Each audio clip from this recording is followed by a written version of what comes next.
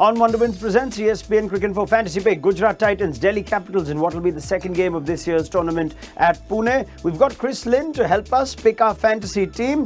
Now, I wonder what we can expect from these two teams. Both victorious in their opening games, but there were question marks, you could say, for both teams. Gujarat just limped their way and managed a successful chase. On the other hand, you had the Delhi Capitals who managed to again chase after losing wickets early on. Thoughts, Chris Lynn, on which looks the better side? Look, I don't have a standout for this fixture. As you said, they both limped over the line. So I think even though they got the win on the board, they scrambled well. And that's important early in the tournament. If you're not playing your best cricket, you just find a way to win. So For me, I think the Delhi Capitals, looked a stronger outfit. And yeah, again, it only takes one player to come off right, and you want that winning, you want that MVP in your change room. You want that man of the match in your change room, So I think they've just got more across the board with the bat and ball. But look, it's a game of 2020 cricket. We've seen what has happened early in the tournament. We've seen some big totals chased down. We've seen some low totals nearly defended. So I think DC just have the edge. But in saying that, anyone under Hardik Pandya is unpredictable, and unpredictability is what teams are hard to prepare for.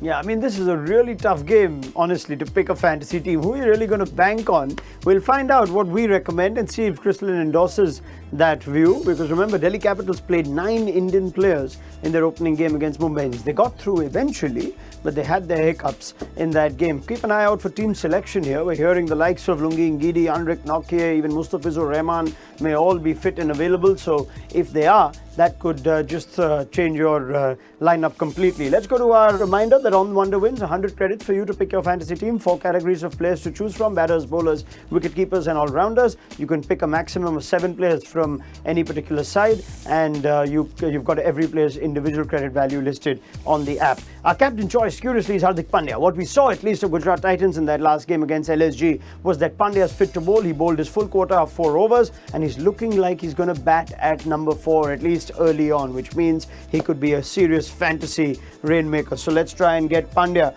in those high positions. We've got Rishabh Pant as vice captain, his counterpart from the Capitals. A quiet game against Mumbai, but he's a particularly good player against someone like Rashid Khan. He's one of the top run getters there.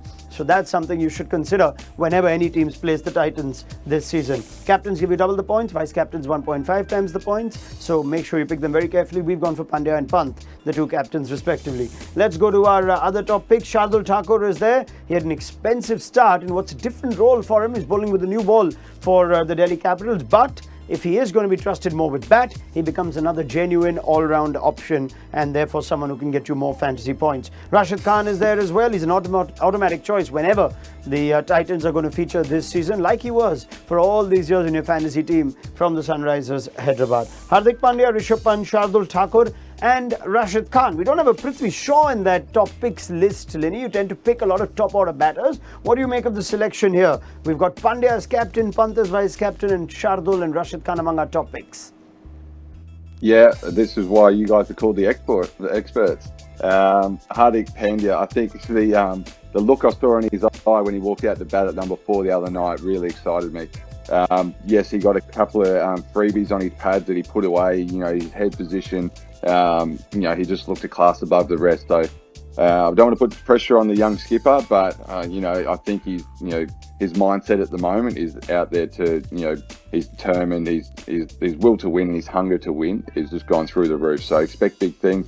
As you touched on, Rishabh Pant takes on Rashid Khan better than anyone, so he's an automatic selection. Rashid Khan picks himself because it's Rashid Khan. He's going to take 2,000 wickets in T20 cricket, so why not? And also he's got that funky little helicopter shot, which he can get a few boundaries anywhere around the ground with that shot. And who was the 4th one that you said, sorry? Shardul Thakur, if you like that look. Yep, absolutely. He swings the ball up front, both bat and ball. He's got points in him.